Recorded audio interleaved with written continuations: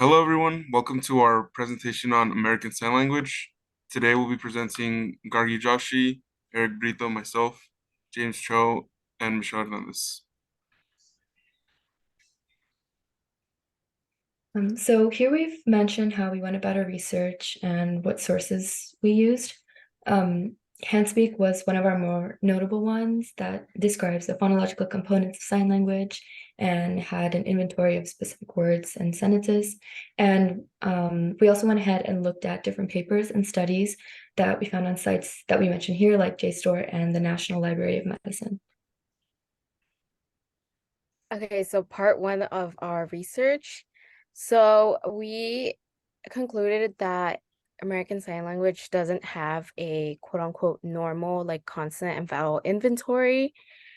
Instead, because it's not a spoken language, it has different parameters that we noticed that signify small units of language that like in spoken languages would be like phonemes that don't carry meaning, but when formed all together can create words or can create signed words. So the five major parameters are hand shape, location, orientation, movement, and non-manual markers. To give more information on the hand shape parameter, it's crucial to note that there are over 50 known hand shapes, and each of these have primes, which are differences that exist within the hand shape itself to make it more distinct. And an example that we've provided of a minimal pair within this parameter is for the words candy and apple. They're signed within the same exact parameters of location, orientation, movement, and non-manual markers, but are different hand shapes. Location is another major parameter of ASL signs. There are 12 locations for signs, all defined in relation to the body of the speaker. For example, the forehead, the brow, neck, etc., with a neutral non-position being directly over one's chest. Locus locations can also be established, like pointing at a person and being able to reference back at that person, though this meaning isn't entirely distinguished, as the hand isn't in an entirely different physical location. Location on its own has no meaning. It must be combined with another parameter to have meaning. Here we have a common minimal pair between the words father and mother, which only differ by the position of the hand being the forehead and the chin, respectively. The third parameter of ASL is orientation. This refers to the orientation of your palm when you perform a sign.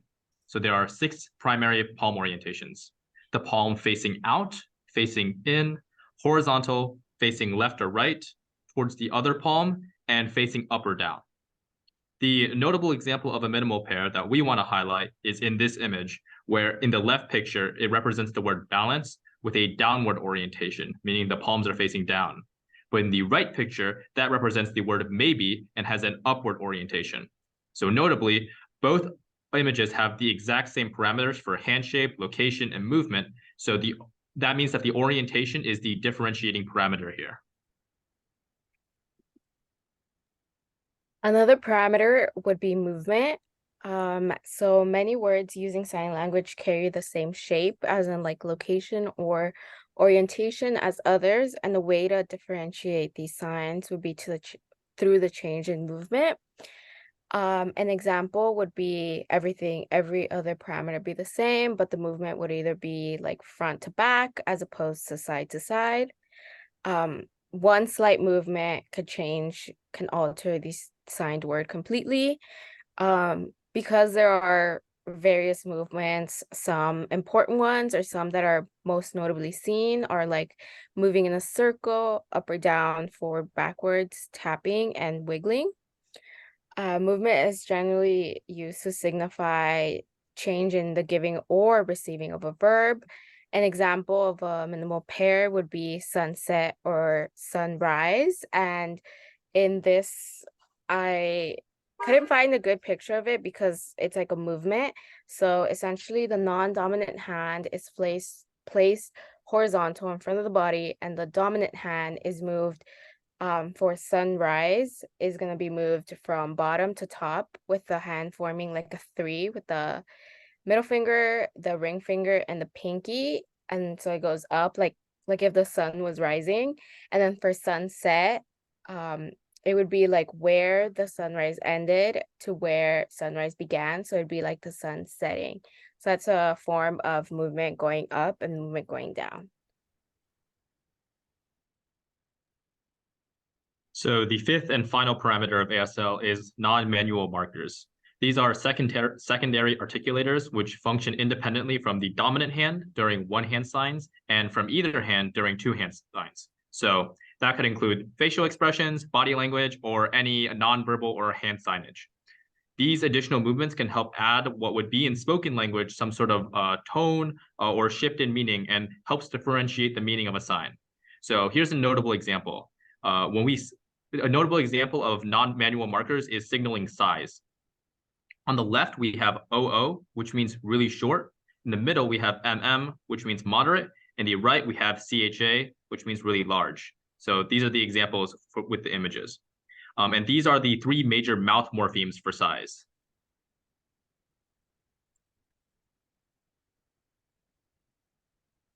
So some additional notable factors about all the parameters as a whole would be that each sign doesn't really have set concrete barriers, although they are pretty different from each other. Each parameter is more nuanced than most people originally thought. Again, like any slight change in a parameter can change the sign and the realization of the word.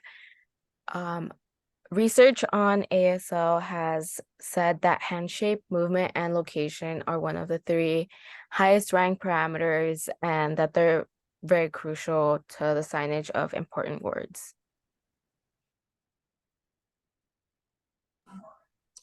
ASL phonotactics is an under-researched subject due to the unique challenges presented by a sign language.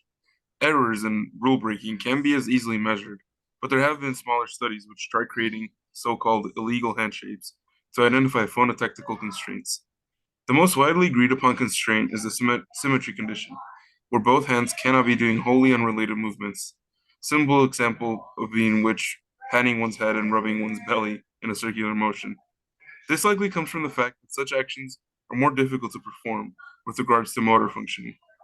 Another notable constraint is the articulation of the fingers, which cannot all be doing unique motions, but instead are typically divided into two distinct finger positions for any given sign.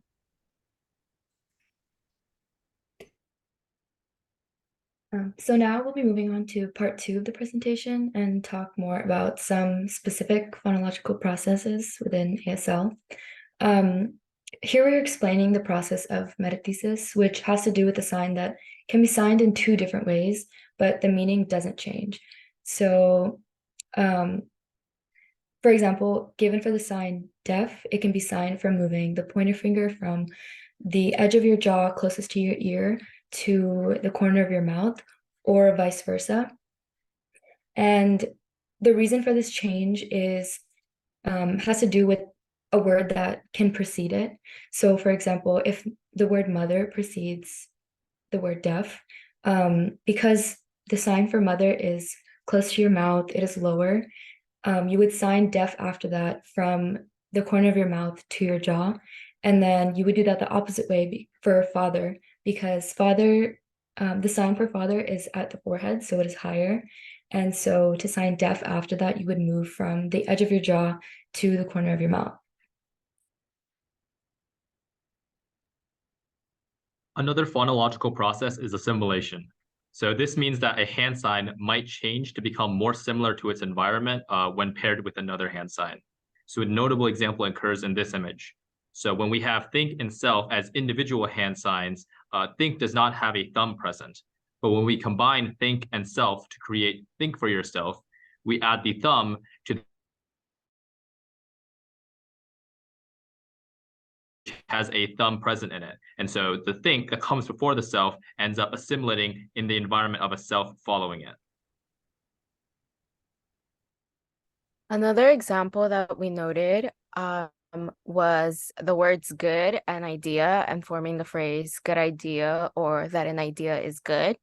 So good is signed with the dominant hand from the chin going to the palm of the non-dominant hand forward, so like it goes in front of it, and then it stops. So it has a hold there, and then idea is using the pinky at the forehead and then taking it out and holding it there. So the phrase good idea ends up deleting the hold in good, and it ends up using both M antithesis and hold deletion to form that phrase. So it ends up good, the word good ends up being a circular motion in front of the chin, no longer extending in front to the other palm, and then idea,